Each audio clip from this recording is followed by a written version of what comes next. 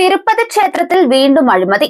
Silk ഷാളുമായി ബന്ധപ്പെട്ട് 54 കോടി രൂപയുടെ അഴിമതി നടന്നതായാണ് ആഭ്യന്തര വിജിലൻസ് അന്വേഷണത്തിൽ കണ്ടെത്തിയത്.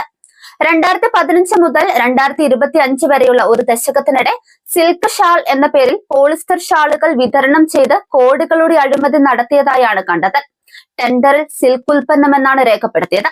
എന്നാൽ കരാറുകാരൻ ടെൻഡർ അനുസരിച്ച് സിൽക്ക് ഷാൾ നൽകുന്നതിന് പകരം 100% പോളിസ്റ്റർ ഷാൾ സ്ഥിരമായി വിതരണം ചെയ്ത് കോടികളുടെ അഴിമതി നടത്തിയെന്നതാണ് വിജിലൻസിന്റെ കണ്ടെത്തൽ. സിൽക്ക് ഷാൾ എന്ന പേരിൽ പോളിസ്റ്റർ ഷാൾ ബില്ല് ചെയ്താണ് തട്ടിപ്പ് നടത്തിയതെന്നാണ് റിപ്പോർട്ട് വ്യക്തമാക്കുന്നത്. കരാറിൽ ക്രമക്കേടുള്ളതായി Tirumala Tirupati Devasthanam board chairman BR Naidu സംശയമുന്നയിച്ചതിനെ തുടർന്നാണ് ആഭ്യന്തര അന്വേഷണം ആരംഭിച്ചത്. ക്ഷേത്ര ആചാരങ്ങളിൽ നിർബന്ധമായി ഉപയോഗിക്കേണ്ട സിൽക്ക് ഷാളുകൾക്ക് പകരം വില കുറഞ്ഞ പോളിസ്റ്റർ മെറ്റീരിയൽ കരാറുകാരൻ വിതരണം ചെയ്തു എന്നാണ് കണ്ടെത്തൽ.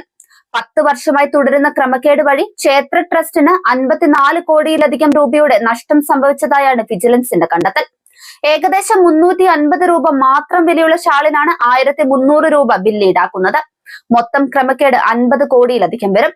ആന്റി കറപ്ഷൻ ബ്യൂറോ അന്വേഷണം ആവശ്യപ്പെട്ടിട്ടുണ്ടെന്ന് BR നായിഡു പറഞ്ഞു.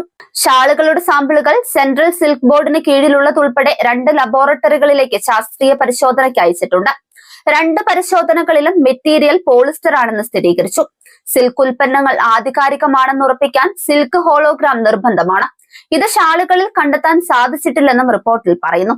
ലഡു പ്രസാദത്തിൽ മായം ചേർത്ത് നെയ്യ് ഉപയോഗിച്ചു എന്നതടക്കം സമീപകാലത്ത് തിരുപ്പതി ക്ഷേത്രവുമായി ബന്ധപ്പെട്ട് ഉയർന്നു വന്ന ആരോപണങ്ങളിൽ ഒടുവിലത്തേതാണ് ഈ അഴിമതി കണ്ടെത്തൽ.